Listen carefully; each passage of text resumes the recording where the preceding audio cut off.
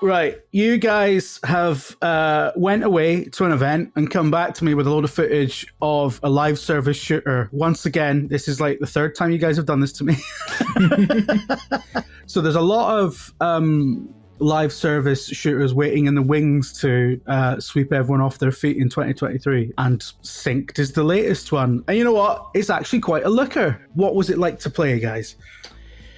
Yeah, it was fun enough. So Synced is like a free-player co-op PvE sort of like live service shooter where you go out, you take on missions, and you shoot a bunch of enemies, and you get loot and come back. Kind of at its core, bog standard in terms of what you get from live service shooters and that sort of thing. Yeah, it was fun enough. In that, like, the guns felt good to shoot, and the game looks good enough, and throwing grenades and summoning monsters to punch things is entertaining and all that. Mm-hmm. But in terms of like longevity and how much fun you have over like a long period, that was kind of my main concern. We played about 2-ish, nearly full runs because we died of Synced. And while the first run I felt was quite like fun and energizing and engaging, you get to the second run and already, for me at least personally, I'm like, okay, well, you kind of get how this goes.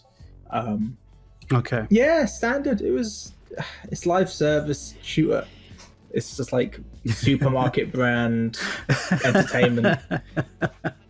How did you feel about that, Sharif? Like, did you get to the second run and already start feeling a bit of fatigue? Yeah, it sounded, he's totally right. The second run sounded, so he played very familiar, which is not a great sign, but part of that is the build that we had limited content, so maybe in the full game it's not going to be that familiar, but the structure of that is very simple. You go to a hub area, you queue up with 2 other players, and then you load into a match. Yeah. And so your objective is to basically cleanse various sectors of that map of some alien corruption thing. And as you go, the difficulty is increasing.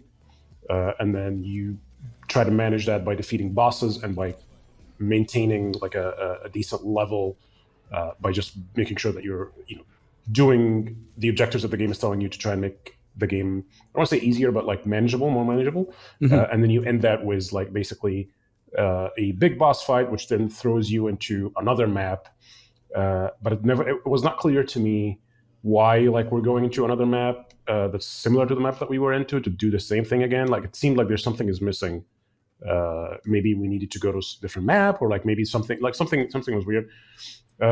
It's fairly standard. I wasn't a fan of the mechanics. It seemed like they seemed very fine, like is what I would say.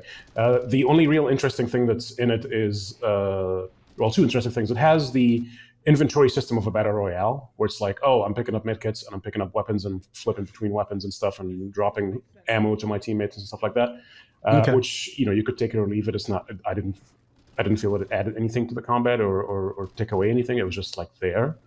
The other thing is that you can effectively the monsters that you kill, some of them, which is where the name comes from, you can sync with them and effectively store them in your arm, which right. Okay. It's just your arm is like some alien stuff that you can store these enemies into, turn them into a friend, and then summon them to help you throughout this match. And the way you do that is that basically you sync like with one of them. There are different classes of them, and you choose them before the match. And it's like, okay, I'm going to sync with this enemy, and then I'm going to summon them to defeat. And some of them are like, oh, big guys with shields that can tank for you, or like suppressors that can suppress enemies and move very fast and do some damage, but they're very vulnerable to damage as well. So it's like, it's like an added thing that I don't think I've seen in another game of this type. Is that like a little bit sort of Bionic Commando reboot? Not super Bionic Commando, but it's in the sense that like there is a person in your arm. It is not it's not your wife, and it's not. No, I feel like this game is a little bit serious when it's doing that stuff, and I feel like it could use a little lighthearted lightheartedness, I It guess. probably could use a little lightheartedness, yeah. Just Yeah. it's looking a little. It's weird. It's kind of like aside from the kind of sci-fi trappings and the corruption and the alien stuff and the weird kind of tech that's dotted around everywhere. It's also got like these kind of gigantic American kind of 4x4s that they do the school run in over there, and dotted around the place, and mountains and pine trees, and it kind of looks like a cross between Death Stranding and Days Gone aesthetically, which is an interesting clash of styles, but it's very dreary, isn't it? Like, it's not, because a lot of these live service shooters, like if you take something like Destiny, right? I think Destiny has it's got quite a lively palette. Yeah. And there's a lot of kind of desolation around the locations that you go to and everything, but it's also got like this. It's got a bit of a spark of life about it. It's got some saturated colors in there, and it's not, you wouldn't describe it as dreary at any point. Certainly not. No, but it also has the benefit of being a sort of sci-fi. So you're like, oh, sun, Mars. Yeah. This is very much like on planet Earth. I don't think Yeah. they say where. But yeah, I actually kind of like the way it looks. Yeah, it does remind me of Days Gone a little bit. It's the headbands that do it, isn't it? It's the headbands, yeah, and everything looks like an Unreal Engine. I don't think this is an Unreal Engine though. But anyway, yeah, it has a very, this is personal preference, of course. So what UK folks see as dreary and depressing, I see as autumnal and amazing. So yeah, it has a very autumnal look. All the folk stuff I like, because I hate the sun, and I grew up in the desert, so all that stuff to me is like the opposite. Whereas you feel the opposite. You're like, oh, you like the sunny thing. I do not. So yeah, I like the cool muted look in the same way that I like them so many other games. But yeah, it is what it is. It's take it or leave it. I don't think they can do a lot of funky stuff for the environment like Destiny, but they can certainly do that with the enemies that you come across. Yeah, and the hub world is kind of more funky as well. I took another look around there. It's a bit more like kind of scavenged together. Obviously, this big technological disaster has happened where everyone's Alexas have gone mad, and like that old chestnut. Yeah, exactly. And so there's exclusive. There's a safe zone where we're good, and then we go out into this wilderness of these big trees and like factories and stuff, and take out enemies. I mean, yeah, to each their own. We've seen. For me, it's very much like Destiny Earth, but without the cool aliens coming down and stuff. The storing entities in your arm thing is the hook for this one, I guess. Yeah, it's the main gimmick that's meant to set it apart for sure. Is it like 100%. Is it enough of a differentiator? Does this offer anything to people who are already playing Warframe? I don't think so. In the post gameplay Q&A, I kind of asked like, okay, so we've played 2 games, but what's this game going to look like? 30, 40, 50 hours in, right? And it's all about kind of building up your character. You go out and collect sort of modifiers that you kind of attach before you go into missions and stuff like that. And then at the end game, you have the same missions, but they're elite missions, so they're harder, and you can put yourself on the leaderboard. I'm like, that's cool and all, but like, I don't think it's going to exactly set the world on fire. Like, as cool as it is to summon this big like Goliath tech monster to punch some other tech monster for like 5 seconds, it's kind of wowing initially, and it kind of blends into the rest of the standard gameplay. I guess it might get a bit relatively old. Quick. Yeah. Essentially, you're triggering an animation, and like in a white room, you could be like, oh, but playing with 2 friends is great. But all of the games in this genre has that. Every game has sort of like co-op experience at your fingertips. So like, I mean, look, prison is probably better if you've got a couple of mates, right? I mean, So I mean, it's very much it's I don't want to be too harsh on it because there's a lot that we haven't seen, but it's very much like it like the 2 hours that we spent with it or whatever was like, is this it? Like, is this like, because a lot of it is, we have seen this before, and I don't think the gimmick of the summoning the monster thing from your arm is strong enough to differentiate it from the other stuff in the genre.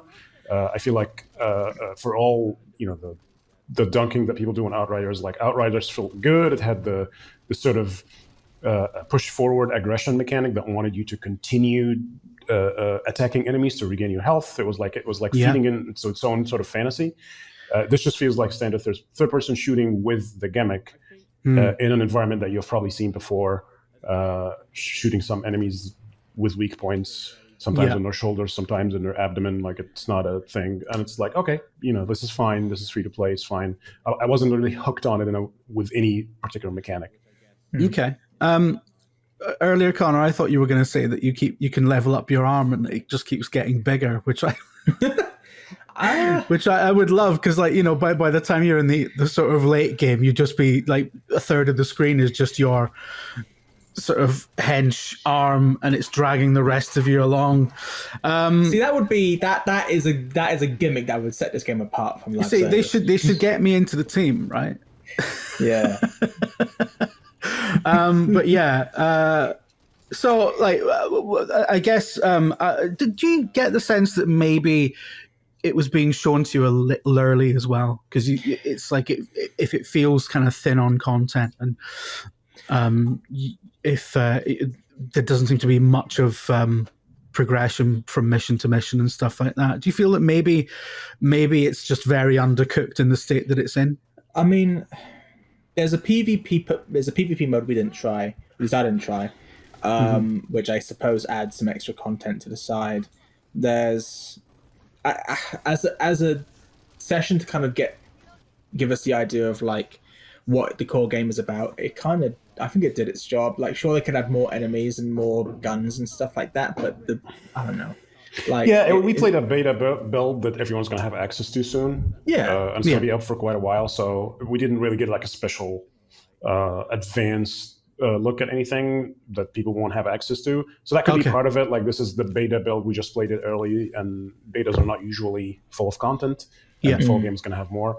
What I will say is because a lot of this game shares some mechanics with a game called Shadowline, which is also free to play on Steam. It's first-person shooter as opposed to third, but it is basically a roguelite shooter in the sense that you start the map with a low difficulty, and then as you go, you can pick up modifiers, you can pick up weapons, and you can ramp up the difficulty until you extract. And so it's similar in that sense. So if you want a taste of that, you should try Shadowlines, because I think Shadowlines doesn't have as many gimmicks to it, but it feels better overall. It's very arcadey first-person shooter, and I think this game, even though it has more gimmicks going for it and is more involved with the inventory system and things like that, it doesn't feel as good overall. Shadowline is my closest comparison to this. When's the beta going to hit? It kicks off December 10th and will be available until January 15th, which should be enough time for you to... Yeah. And it's free, so like, give it a go. Bloody live service shooters are always free, and they're all live service, so we could be like, this is kind of bare bones and shite, and in a year's time we'll have like the Game Awards 2023 and synced for best live service support, and it's like, maybe, like, I don't know, it's free, so give it a go, and then like have it on your computer, and I don't know, maybe one of your mates will be like, have you tried synced? Yeah. I mean, all of these things are like ropey and bare bones, as you say, and they just, it's weird. It's like they haven't really, when you're in on the ground floor on something like this, you're kind of there before it's really figured out what it is. Yeah. A lot of the time, like I remember Warframe being like, was awful. Yeah. I remember trying that and thinking like, well, this is piss, and then forgetting about it forever. And then, as you say, Connor, like 2 years later, 3 years later, there were people, like friends of mine, who were like, "Oh yeah, Warframe's brilliant." Yeah, it's like it's like one of the best live service games out right now. Yeah, you were probably like an adult with just like a good brain on your shoulders when that game came out on the PS4. I was like a kid, right? I downloaded Warframe and I'm like, and then I grow up, and then suddenly Warframe's sick, and it's like, I don't know. You can never tell.